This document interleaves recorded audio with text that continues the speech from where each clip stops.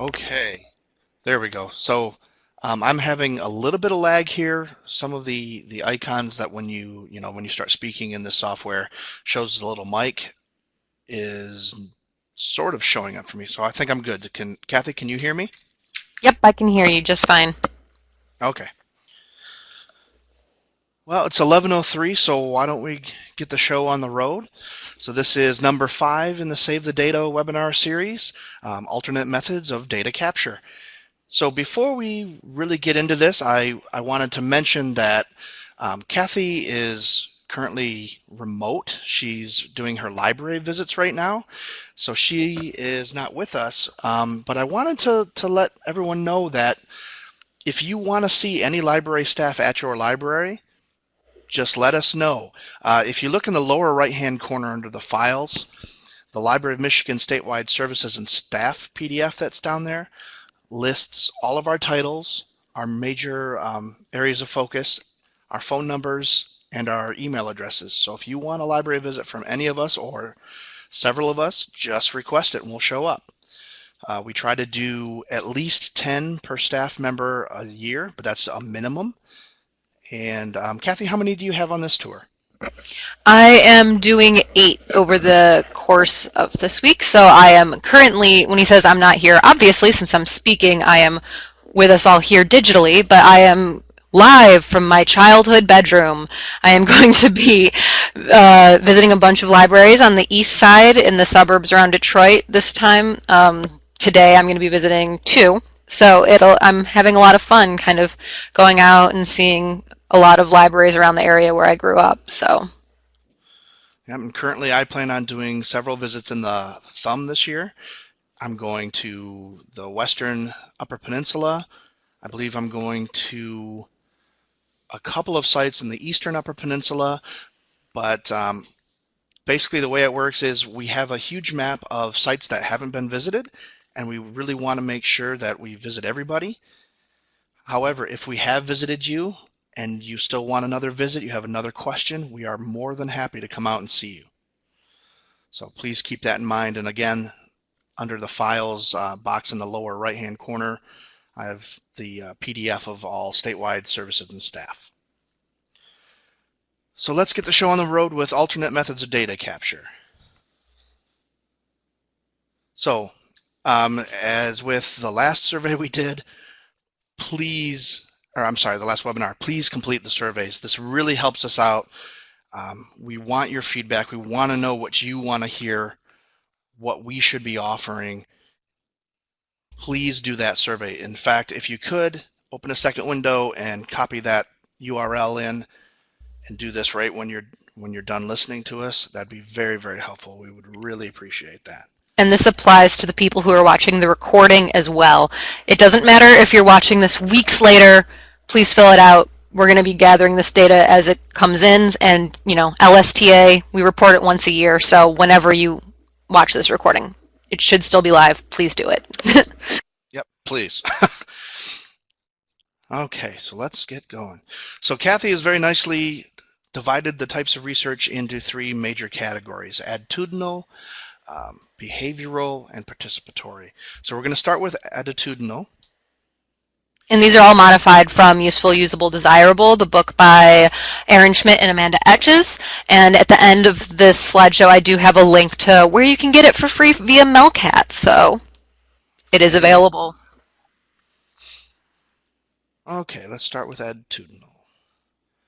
So first and foremost, this is a webinar concerning alternate data collection methods, but I'm still going to start with the one we are most familiar with, the one we love, our precious. I mean, it really is. The survey. We love these. They're flexible, cheap, easy, but everyone is using them, and we're constantly being asked to fill them out. We are being bombarded by this collection method every time we turn around, and that makes surveys easy to ignore, which is of course going to lead to a low response rate, or worst case scenario, you annoy your patrons, and you don't want negative feelings concerning your library when all you're after is information. I don't think surveys are ever going to go away. We'll always use them. I don't know, Joe. We never ask people to do surveys. Oh, my goodness, yeah, all the time. and it is quick and easy and, fairly low burden, but there's so many out there and there's so many other ways to collect data. So that's what we're going to focus on. I wanted to give a shout out to surveys because we all love them, but let's move on to some other methods of creating and collecting data. So what we're going to do is just cover the pros and cons of each of the types we've identified.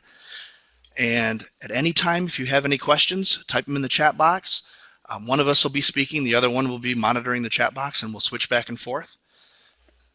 So focus groups. These are great because they let a group of people in your community be a part of the decision-making process, and you get instant feedback out of them. They're awesome for collecting lots of quantitative data and qualitative data. If you have the space, time, and community that is very eager to participate, these can be really, really powerful. But they do have their downsides, and I'm really jazzed to be able to use this word. Has anyone ever heard of glossophobia? Oh my God. All right, if you haven't, glossophobia is simply the fear of public speaking. So most of the studies that have been done, the last one I looked at before I put this together was the stat that I really like to point to is 75% of the American population have some level of this fear. And one study determined that more Americans claim a fear of public speaking than a fear of death. So what you're doing in a focus group, you're going to ask this group of strangers you want their opinions. You're going to ask them to speak in front of strangers. So that can be one of the downsides. You might get a couple of people in your focus group that are, ready to go. They really want to talk, and they will dominate the conversation. So you've got to have your moderator kind of control the flow without putting their biases in. Because you're doing a focus group, you're going to have a small sample size. And, depending on if you're offering compensation, if you've got the staff time, the place to hold these. The cookies you offered. Yeah, right. What are the benefits, And then recording the data, it can be laborious. Kathy, do you have anything to add? Yes, I was going to say one of the ways to, with the group pressure and how, if you have one person that can kind of be the dominant voice and kind of take things away, and everyone, especially those who are scared to speak, either are going to be too scared to disagree with them, or they're going to just jump on their thought, and then you kind of get one idea going. And one way to do this, I'm sending a link right now to the chat, is there's liberating structures, and they're all free. They're available online. Some people are very rabid about them, and it is a way where you can kind of guide a discussion without having one voice dominate it. One of my favorite ones is at the beginning you give everyone a pen and a stack of Post-it notes, and you have sort of 5 minutes of silent time where everyone just writes down a bunch of ideas on the Post-its. They do as much as they can, and this is a way where everyone can get their voice. So then you go in small groups, depending on the size of the group you're working with, and they discuss what's going on there, and you can build commonalities and see what's going from there. And then after you have the small groups, everyone comes back in for a larger discussion. And this way, everyone is able to have their voice heard because they did have that solo time working at the beginning where they can all write it down. And this is just one of the liberating structures, and it's kind of the one that I use the most. So it's really useful to get it to go, and that's kind of my input on this. Right, and exactly what you're speaking about. I believe Ann Arbor uses that for the beginning of their unconference. Mm-hmm. I think that was the last time I ran into it. It was great. It worked really, really well. Everybody, nobody felt like they were pressured into speaking. They could get their opinions out before we went into the conversation. It was great. So moving on to user interviews. So there's user interviews. There's a way to combat the whole speaking to strangers in a group. You're just dealing one-on-one. With this method, you can get a lot of accurate information that can't be faked. So what I mean by that is when you're collecting a survey online, you have no idea if the respondent is being truthful about certain characteristics, demographics, what have you. And if those things are key to what you're trying to offer, the interview, eliminates that problem of accurate information in that regard. You also get to see the body language, the nonverbals. You can because you're setting the pace, you can go very deep into a topic, you can go deep into multiple topics. It's a great way to collect qualitative data.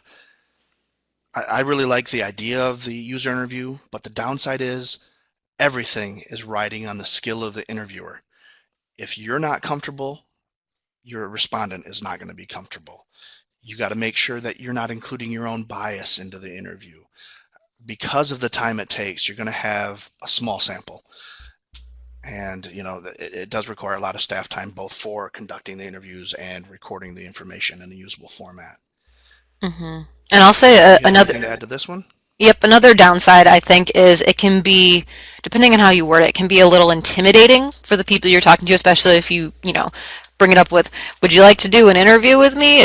I know, especially on the site visits, if people don't know why we're visiting or that we're just trying to hit every library in Michigan, it can seem a little intimidating for, why does the Library of Michigan interested in me? That sort of feedback is something that can happen, and it can, as I said, it can be intimidating. So, depending on how you want to come at it, you don't even have to say an interview, or you can make this extremely informal. You can just, a user interview could technically be, someone's at the reference desk and you're talking and you just ask them, like, how do you feel about the program? How do you think about this? What are your thoughts, feelings?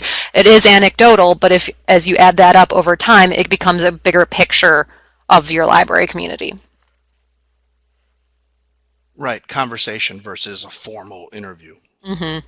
And both are great, so it depends on what you need and what you have time for. Right, exactly. Okay, so some of these, now we're going into behavioral. So let's start with contextual inquiry. So this one I'm kind of fuzzy on how you would use that with your patrons, so I'm hoping Kathy has some ideas on how that would go outside your staff, but contextual inquiry, I can really see that being used internally. All you're doing is you're sitting down and you're watching someone do their job. How do they interact with the technologies that's been provided or the processes that are in place? You're not giving them any input, you're just watching and recording, and I could see how that would be useful to just streamline your processes, make things work better for everybody working for you. I think the downsides are, the first one that screams out to me is, how well do you do when somebody's looking over your shoulder? So I know that slows me down. So you have to be very careful on how you structure it so it's comfortable for both parties. But I think this is a great method for working internally. So Kathy, do you have any insights on how you would use this with patrons, with the community? Oh, yes, I do. So this can be really expanded to just observation in general, but one of the big things is, rather than observing people at your library all the time, is if you have time, and this is where the expense comes in, going to other big places in your community. Where does your community meet? What are the things they do? How do people, like for story time, is there a local bookstore that maybe does story time? Why do people go there instead of your place? Why do people go to both? What's going on? How do they differ? What are the bridges that can be made? And it's really just seeing how your patrons are living their lives outside of the library, and how can the library join in these areas as well. So it's just leaving your building and looking outside and looking outwards to see what can you do. And that's me, Joe. I don't know if you have anything else you want to add to that, but yeah. Are you hearing me? Because my mic just kind of glitched a little bit. Am I coming through? You're coming through now. Yep. Okay, great. No, see, when I first looked at it, I was thinking, wow, this would be great for the inside of an institution. So I'm glad you had the picture of how you would use it outside. And it definitely is great for inside the institution. That's if you want to stop, surveying your colleagues. It could just be a simple case of, once again, not necessarily observing them in depth or lurking over their shoulder, but maybe you notice that, everyone goes to a certain room to eat their lunch, which isn't an official lunchroom, but maybe this should be an official lunchroom, things like that. There's, it's not necessarily surveying them, but watching what they do rather than asking them. So next up, journey mapping. So journey mapping, you're trying to study how a participant interacts with your services from the very beginning all the way through the end. So this is going to take lots of time. And time is money, so lots of expense, and you're not immediately getting data out of this, not the way I identify it, but you are seeing basically the life cycle of your patron services. This one, I'm leaning on Kathy on this one about how you would use this in the public. And I will say that a good place to do this, once again, is useful, usable, desirable. I'll have the information later on in the slides, but it's a great book, and it explains either how you can do it from your point of view of journey mapping, or another one is to pretend to be the patron. What do you see when you enter the building? There's one, it was popular a few years ago. It was act like a patron day or live like a patron day, where you don't use anything on your end. So you don't use the staff bathroom, you don't use the staff entrance, you go through what are the posters they see when they walk through. You take your mindset kind of from what the patron sees every day, and it'll kind of, you get so used to things, you get so used to seeing things as, a staff member, that you don't have the fresh eyes and the fresh, look on things that they have. So it's just kind of either walking through your way, or just kind of, I'm losing my words here, but it's just getting a fresh sense of what's going on. Right, because you're as someone who works there and pretty much is living in that environment, you're looking at it with fresh eyes. You're coming in from a different perspective. And there are forms of journey mapping which may fit more in the participatory aspect of data collection that we're going to be going into later, that kind of will get a better sense of the full journey. Because for many people, their interaction with your library isn't when they step through the door. It could be when they visit your website. It could be, maybe seeing a poster that you put up in a coffee shop. So you're not necessarily getting the full journey, but if you want to look at it as, why should we, advertise our services in these other areas, you can consider it as, this is the first step on their journey that might end with them checking out a book, or it might end with them entering your library. So you have to kind of look at it this way rather than starting from your front doors. Right. Anybody have any questions so far? Again, if you have any questions, just go ahead and type into the chat box. We won't bite. We're really informal, if you haven't noticed yet. Yeah, this is a pretty relaxed webinar series. Feel free to ask any questions. And if you don't want to ask questions, while we're in the webinar, feel free to email us or call us. Our email's at the bottom of the slides. Yeah. Yep, it's at the bottom of the slides. It's also in that sheet on the files menu. And I've moved us ahead to my next two, my bread and butter of behavioral data collections. I can't talk today. And it's usability testing. I'll let you say the upsides and downsides, Joe. Okay, so a lot of us are actually probably pretty familiar with usability testing. You're just asking a patron to sit down with you and have them use your product and see how they, typically with a web page, how they navigate, how they get to your services. It can be used in other areas, but that's what I'm most familiar with is for web design. Yep. And I will say this, one of the downsides is the stress on the person you're testing as well. Because while you can tell them over and over again, it's not you, you're the expert, what we're actually testing is us, our services, our web page, anything like that, you still feel like you're the one that's going through the test. You're the one that they're watching.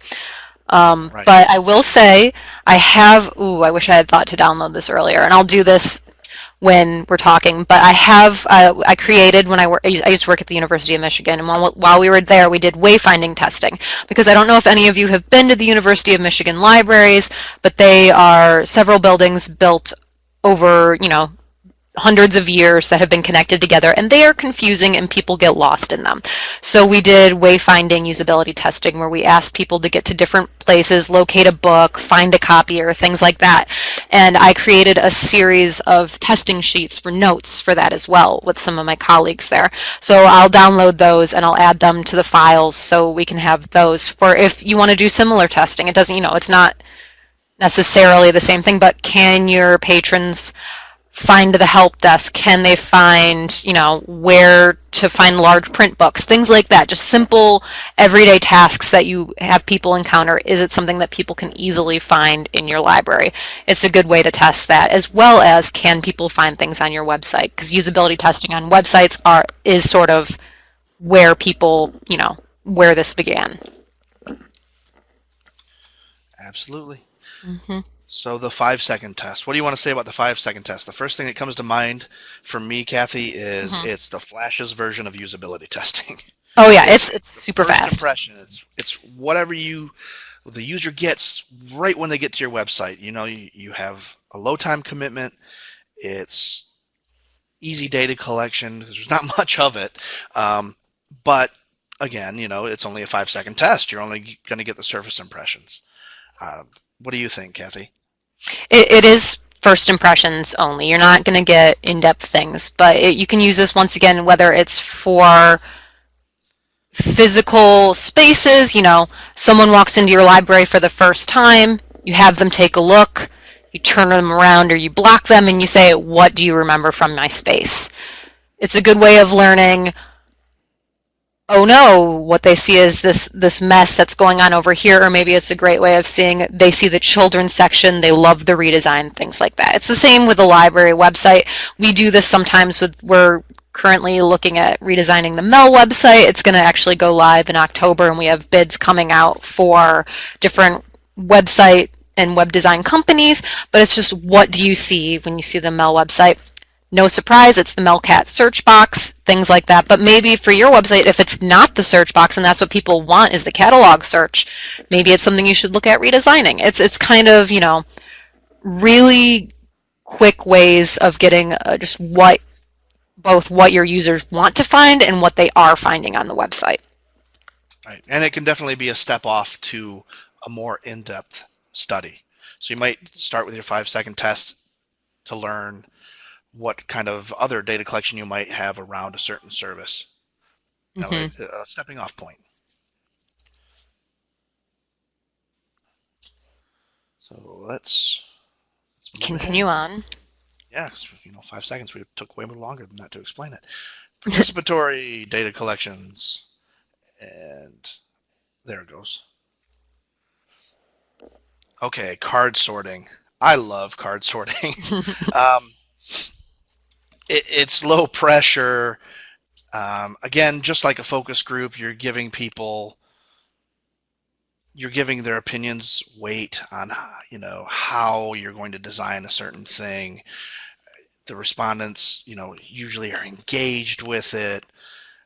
There's a lot of collaboration involved, and really you're providing all of the things for a card sorting, so the burden on the person participating is very low.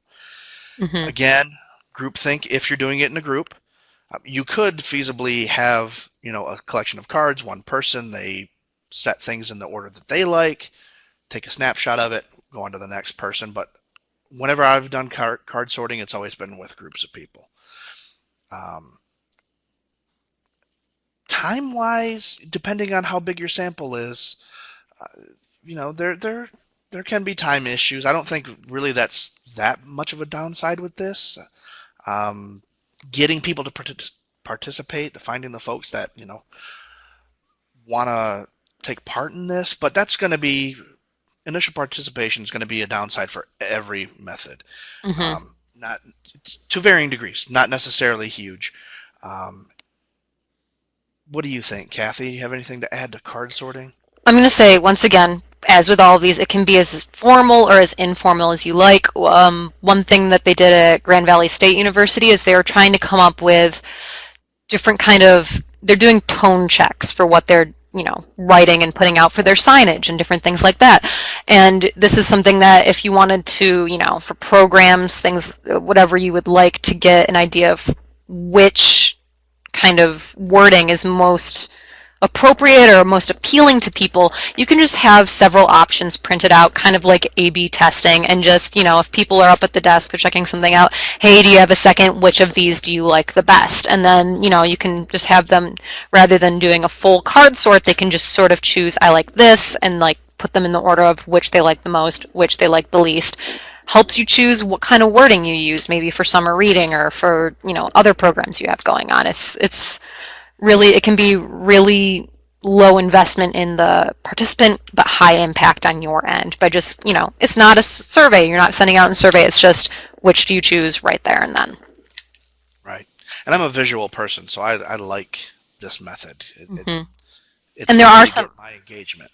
Yep, and there's also online versions. So if you have a very large, service area and you can't reach everyone with the cards and you don't want to print them out, it is something that's kind of, you can do it online as well. So definitely.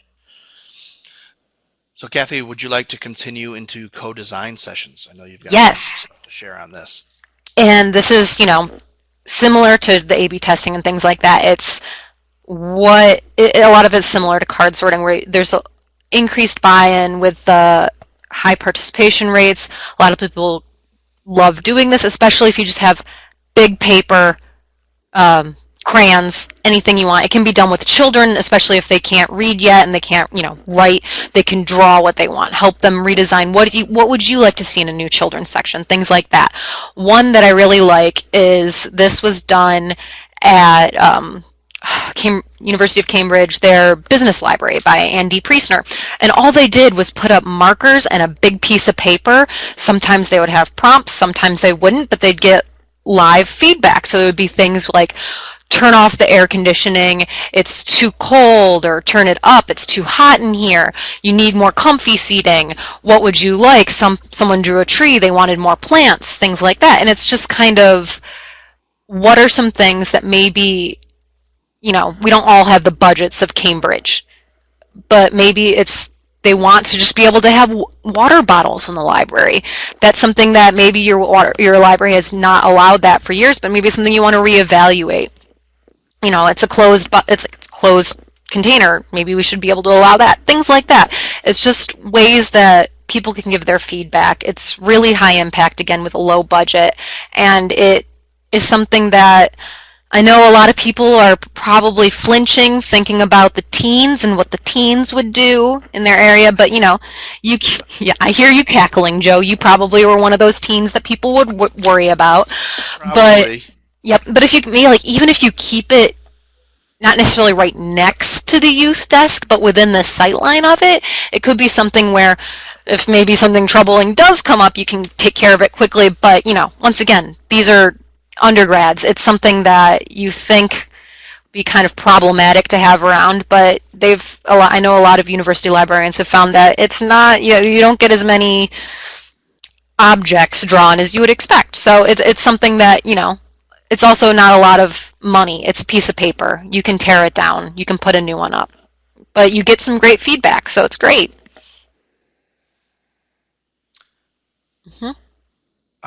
So Kathy, at this point, what I'm seeing on my screen is the footer on our slides and a line through the center. So, I am not seeing that, so hopefully... Yeah, hopefully everyone else is seeing the actual images. It might just be a thing with the state network. It happens from time to time. But Kathy can continue, and I'm just gonna. Yep, you're just gonna hang out, because it sounds like a lot of things are happening on your side that's not happening on my side. So hopefully they're seeing my screen and not yours. I'm gonna open the PowerPoint for myself so I can follow. Sounds good. So the next one that I have up, and this is another participatory one, it was actually originally listed in useful, usable, desirable under behavioral.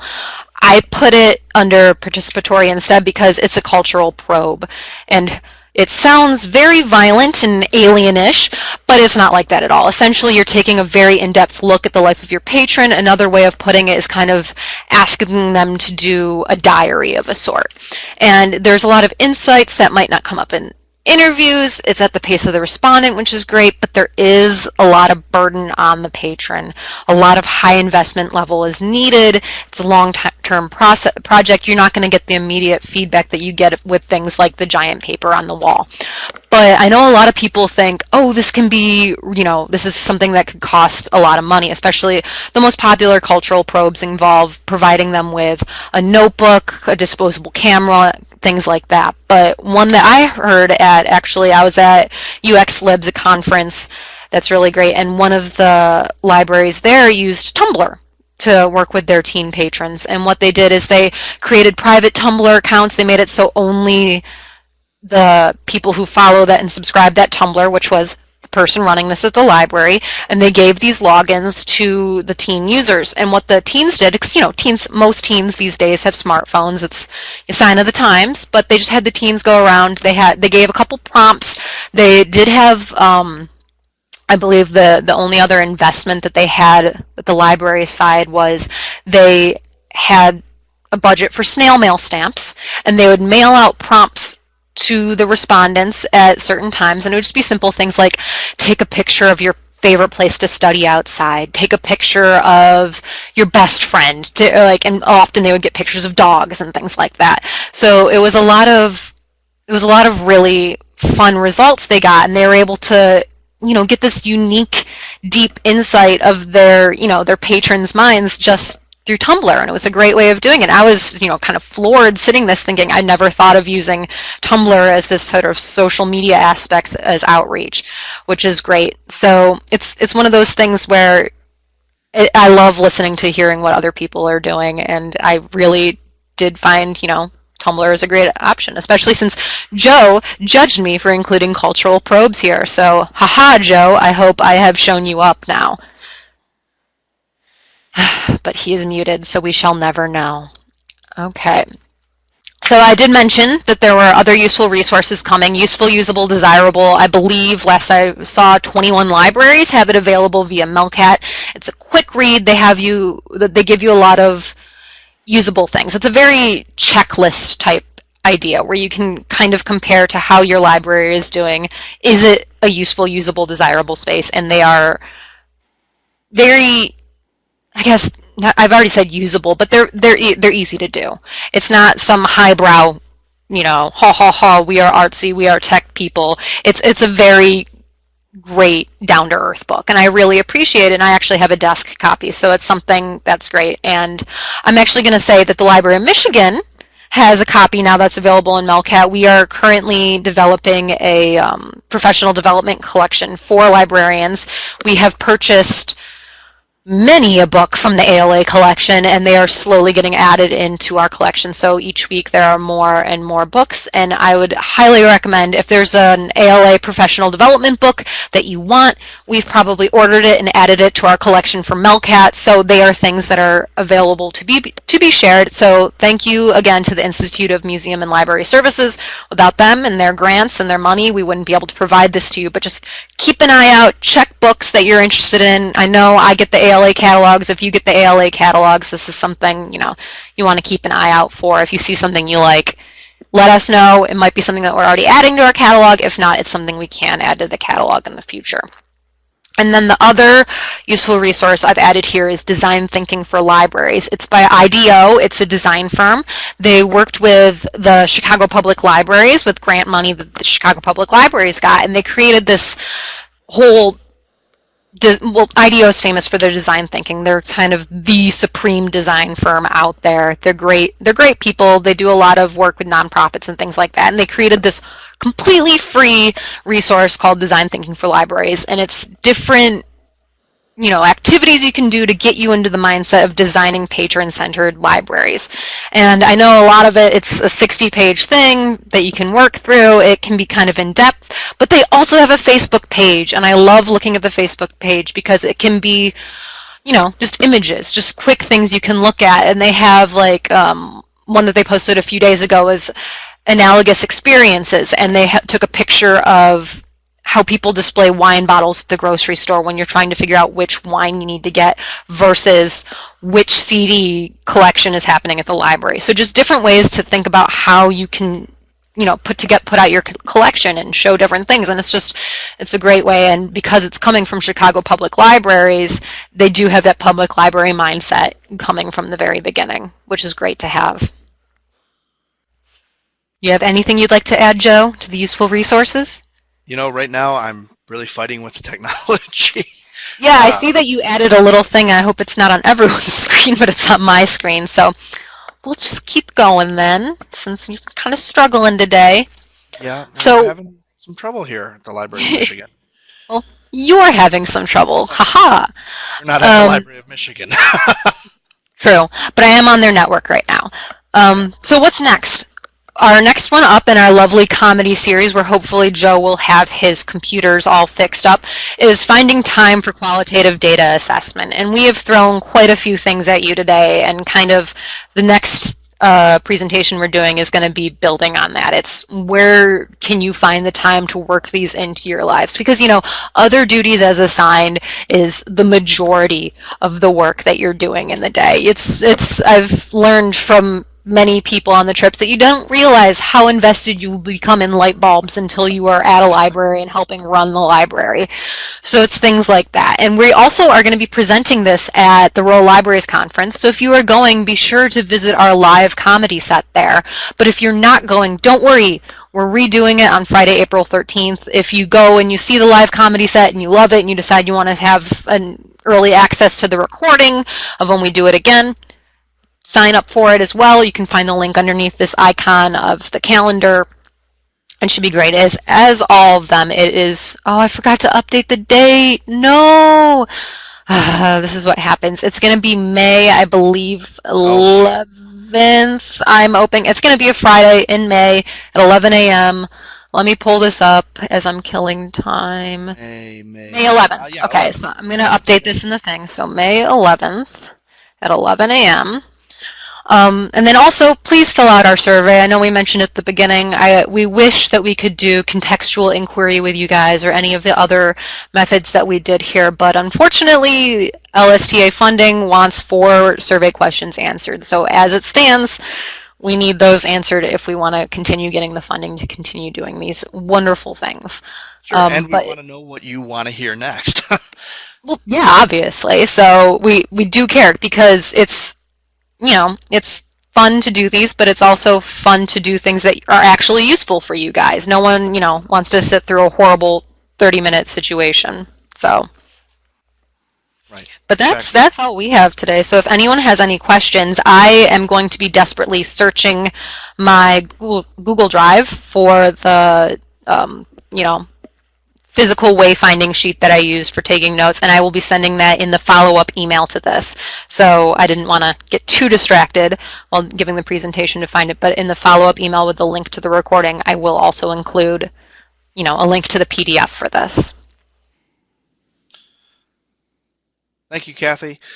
Yep. And again, just a rehash, we are a traveling troupe of statewide library services folks, and if you want to see any of us, feel free to give us a call. We'll schedule a visit with you, and that pretty much applies to everyone on that list, from the state librarian all the way down to me and Kathy, Kathy Webb if you're interested in state aid, Sonia Norris if you're interested in Plowed and some web design, Yvette Atkin if you're interested in continuing education. We've got Claire Membiella if you're interested in law.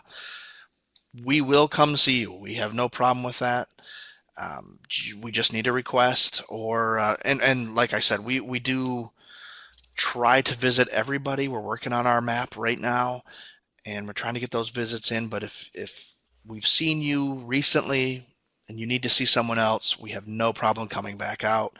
Just let us know. And hopefully you catch our act at RLC. It's going to be a good one.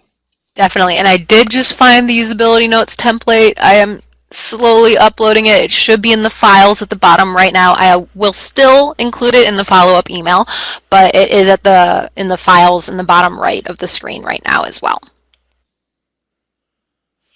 Any questions, anyone? I swear, despite what you just heard, we are actually knowledgeable. We are. We do this stuff all the time. Not the greatest speakers, but we do this stuff all the time. Oh, boy. Kathy, on your end, is that file showing up in the lower It's right? it's showing up on my end. It said it converted and uploaded. If not, I will be sending it out in the email. It is just literally a bunch of boxes with arrows to show where people go in the library, and we kind of filled it out like, first floor, headed to the elevator, stopped at the elevator, turned around, went back. Like, you just fill it out like that. So it's just however it is easiest for you to keep it and keep track of where the person went. But it was a lot of fun to do these. Also very stressful because you really want to help the person and you really want to show them where to go, but right. You got to see what they actually do. Right, exactly. It's the same thing with usability testing. Mm-hmm. You're trained to help people, so when they get stuck, you want to point them in the right direction, but you bias what you're studying. So if there are no questions, we can stop. Oh, there is a question. You can't see it, Joe, because you're apparently back in the 90s with your technology. But Angela asked, once you collect all of this data, what is the next step? And there's a lot. You can dig through it really deeply and do all these things, and we're going to go over this a little bit in finding time for the data assessment portion for the next one. But even just reading over it, you can pretty much gain quick wins that you can find there, and it's what are the quick changes you can do to fix things. If people can't find something, maybe you have to put up a sign. If you have too many signs already up in your library, maybe they can't see the appropriate signage. So it's just kind of trying to figure out what would you do to try and fix this situation in a quick way. And that's what you want to do. Analyze what you learned and see where to go from there. The data might surprise you. It might actually point you in a very clear direction. Yep. But you don't know until you start reading what you've collected. Mm-hmm. And we are going to go over more in this, in the next one, which is finding time for qualitative data assessment, because qualitative data assessment is much more difficult to analyze typically than just, pulling out survey results. Google will give you a graph already when you do it, so you don't have to do things like that. But I think it's more fun and rewarding. But that's just me. That is why we love surveys, because that instant gratification. Once you've closed the survey, you've got results. They're in pretty charts. But yeah, qualitative data really doesn't fit that so well. There's really a deeper analysis that needs to take place. Mm-hmm. Yep, that's... So Kathy, if you want to end the recording, Sure. Can't on my end. Angela's question just came through, so now that you're apparently recording from a potato is all I can guess, but